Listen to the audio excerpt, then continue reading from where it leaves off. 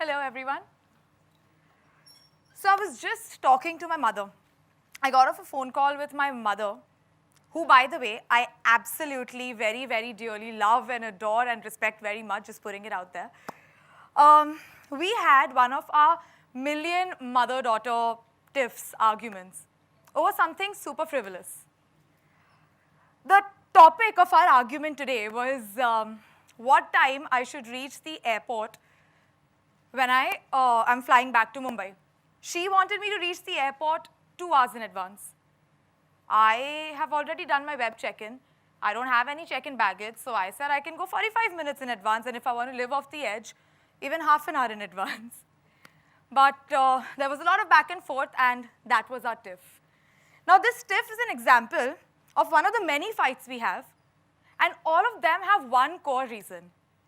And that core reason is the difference of opinion we have because of our generation gap. Now, our parents, they have a certain set of values and beliefs which they probably formed earlier on when they were forming their worldviews. And those are very different from the values and beliefs that we have because we formed them later at a different time, which is much more recent.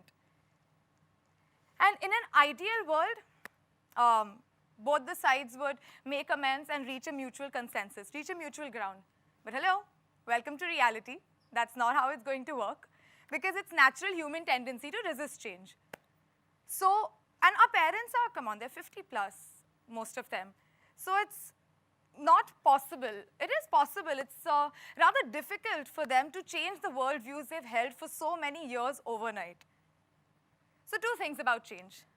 One, that change is very, very important. It is what helps us grow and evolve. And 2, change is permanent. It's the only constant thing. In fact, there's nothing permanent in this world except change. This is not something I'm saying on top of my head. I am quoting Heraclitus. Now, there's so many things that we want to change, whether it's about a school, whether it's about the educational system, our economy, our country, our housing society. There's so many things we want to change. So I think now is a good time to tell you another important thing about change that I have come to realize over these years. Change does not happen on its own. It always requires a trigger. It always requires that one spark that makes that fire go wild. And that is why this is what I am going to talk to you about in the next few minutes, that how you can be the change you wish to see. Now, I'm no expert. I am not going to give you theories and principles. I'm just going to give you my story. Let me begin with the first time I rescued an animal, okay? This was when I was in grade 7 or 8. My classmate and a very good friend of mine, we had been selected from our school to go for an inter-school debate in another school. And generally, we were pretty good at it. So we went to the other school, but this particular debate did not go as planned. We got eliminated in the very first round. Now we had 2 choices. One, we immediately come back to our own school and tell everyone how we messed up. And our second option was we used the time we had at hand because there were supposed to be multiple rounds, move around, eat a little bit, I don't know, go meet someone, meet a friend, and then come back to school and tell them how we messed up. So we obviously chose the latter. So we were roaming around, ate at a fast food joint, played around, and we were walking back. It was a nice day. And we came across this tiny little fur ball, actually not a fur ball because half its hair had fallen out. It was a tiny little kitten that we saw. It was super frail. You could see the skeleton. We played with it a little bit. But before that, actually, we looked around that whether it has its mom around or its siblings, you know, its family, but there was no one in sight. So we assumed that 1, either it's abandoned, or 2, it must have strayed away from its family. So we played around with it, and after playing around with it for some time, we moved on. And we looked behind, and this kitten is following us. And it was a footpath sort of a place where we were walking, so there were a lot of step downs and step ups. This kitten was so small, okay? So every time it stepped down, it would tumble, but it would come back up. And it would try, with all its might. It was super frail. It would probably die if it was not tended to within a couple of days. It was that frail. But still, it was using all its strength to follow us around. Now, come on, you can't leave that behind. So we picked up the kitten, put it in my bag, took it to my friend's place to give it some milk. We went back to school. When I came back later that day, I took the kitten to a veterinary doctor, got it on drips, did the treatment, did its vaccination. And then the main fight came where we had to plead and beg my friend's mother to let us keep the kitten in her house because I had a dog at that time. I still do have a dog. So I couldn't keep a kitten, dog, cat, not the best combination. We had to really request the mother to let us keep the kitten in her house, at least till we found a good home for the kitten. This was then. Now, 10 years later, that kitten is a fat blob of a cat called Yoda, who has taken over my friend's bedroom. Now, change does not always come in big packages. It comes in all shapes and sizes. What I did was not a huge rescue mission, but it did something. It made me feel something. And at that time, when I felt it, I knew for a fact that I have to feel this feeling again. I have to feel it again. I got curious, so I started learning more about it. So I've always been an animal lover. I have grown up with animals. In fact, my own grandfather's a veterinary doctor when he was serving in the Indian Army. Now he's retired and he practices privately. So I went up to him. I asked him that, tell me about your abandoned cases, and not just dogs or cats, even monkeys, donkeys, horses, mules. I wanted to know about everything. I spoke to him. I looked up local shelters, even visited a couple of them. Basically, I spoke to a lot of people, and I learned a lot of things. What I learned about also was cruelty towards animals. Now, this is something, when I was in my school, in my own little bubble, I didn't think it's actually an issue, but it was. It is an issue. I learned how to intervene in a situation when there is cruelty towards animal. I learned the plan of action, what you're supposed to do when you see a distressed animal. I spoke about these things. I spoke about it to my friends and classmates, or at least the people who would let me carry this conversation beyond a couple of minutes, because people generally lose interest. I hope you're not. I also volunteered in a lot of feeding programs and, these ambulances that patrol providing immediate first aid. So I've done all of that. Now, my point to say all of this is to tell you that a change was happening while I was doing all this. Very gradually, and fully unconsciously, I was transitioning from an animal lover to an animal activist. I had a long way to go, but this was my tipping point. Picking up little Yoda from the street, it developed an urge in me to not turn a blind eye when I can do something. Not turn a blind eye to things I'm not okay with. Not accept things because they are standard. Basically, it developed an urge in me to make my actions count. Anyway, later, I took up acting full-time after I graduated, and I carried forward these ideas and values and principles with me. I thought I'm an activist. But it turns out that I was doing exactly the opposite of what I stand for. I was not making my actions count when I actually took up acting full-time. I didn't make my actions count as an individual. I didn't make my actions count as an actor. Okay, so after college, I went to UC Berkeley to take up a couple of courses in marketing and business. And I came back and I dived headfirst into general entertainment, which is, as people popularly know it as, Saas Bahu. Whether I related to that or not, that's a very different thing.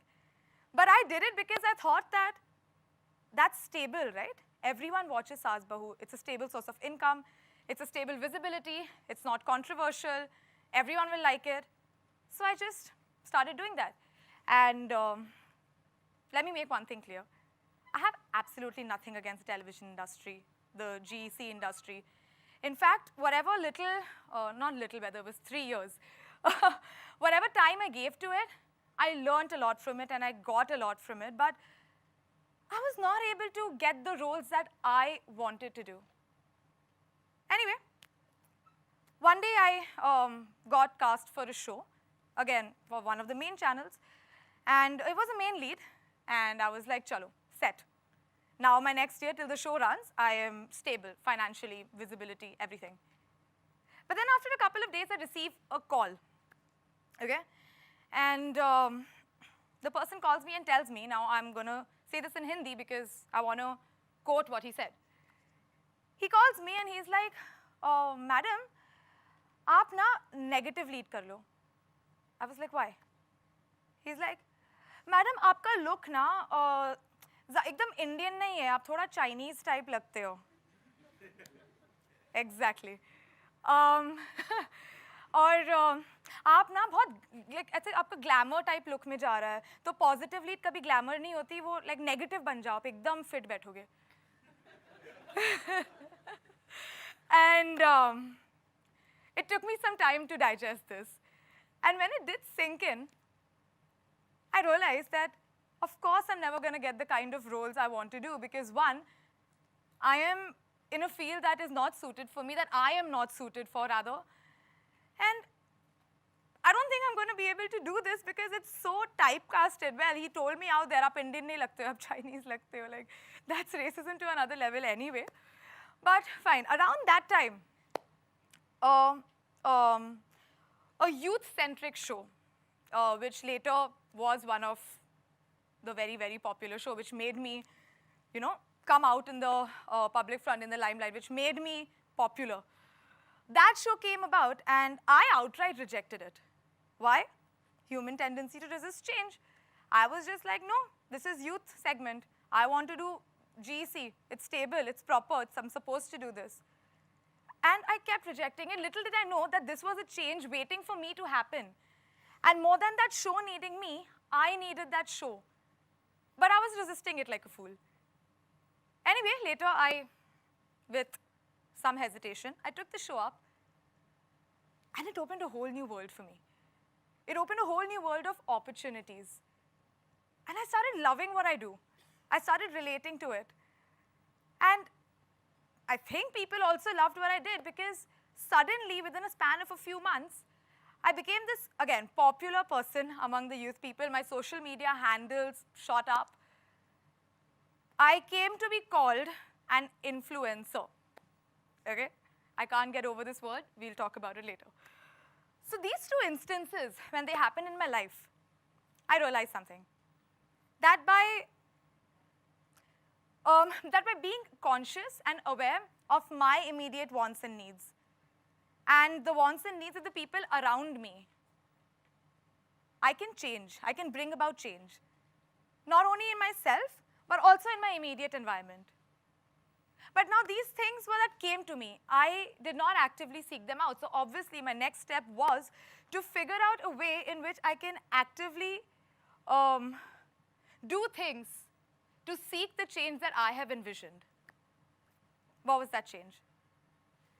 My vision is to use my influence. I'm an influencer, remember? The vision is to use my influence to be able to change the way artists are perceived in India. And when I'm saying artist, I specifically mean female actors in mainstream cinema. I'm not talking about cinema and television and in mainstream media. I'm not talking about art films or, you know, Hollywood films. I'm talking about Indian mainstream media, female actors. Now this vision, it stems from another story in my life. As I said, I had come back from Berkeley. And when I came back, I started doing a show. While doing that show, I also wanted to do, get a master's degree in sociology. So while I was doing the show, I was also studying and preparing for my master's degree for 2 years. And the word gets around. People got to know. And I think so often, I got asked this one question. Again, I quote, "Actor ही बनना था तो इतना पढ़ाई क्यों की?" And then I saw this. There were articles like this, "Meet the overqualified actress." Now, I've never been to film school. I have never taken acting classes, so I knew that's not what they're talking about. They're not talking about my caliber as an actor. What is that? So one question came in my head. Why can't an actor study? As an actor, we are required to portray different roles, to step into so many different shoes. Sometimes I'm playing a doctor. Sometimes I'm playing a lawyer. Sometimes I'm playing a businesswoman. And you get a script, yes, but adding some technical jargon, if you have knowledge about it, is never a bad thing. So if you go by that knowledge, having a good education is actually a bonus, right? I wanted to be considered as someone who will be taken seriously when I come across and give you a business idea, because mind you, I do have some great business ideas. I envision a change, okay? And I will tell you what that change is. I hope that someday we see a day in India when female actors in mainstream media are looked at something beyond a commodity, who is supposed to slap makeup on, wear 6-inch pencil heels, wear a nice dress, be an eye candy, be a visual treat, or be a time pass watch when you're eating food or getting sleep. A day when this whole stereotype, actor types, ceases to exist. A day when actors are, how do I put this? A day when actors are, people are not surprised. A day when people are not surprised when they meet an actor who has a brain and vision of her own and is not just learning things that someone else has written in a script and spilling them out. This is what I have envisioned. Now, what am I doing to bring this change about? Every single day, I strive to use the brand that I have been able to, thankfully, manage to create to reach out to a lot of people.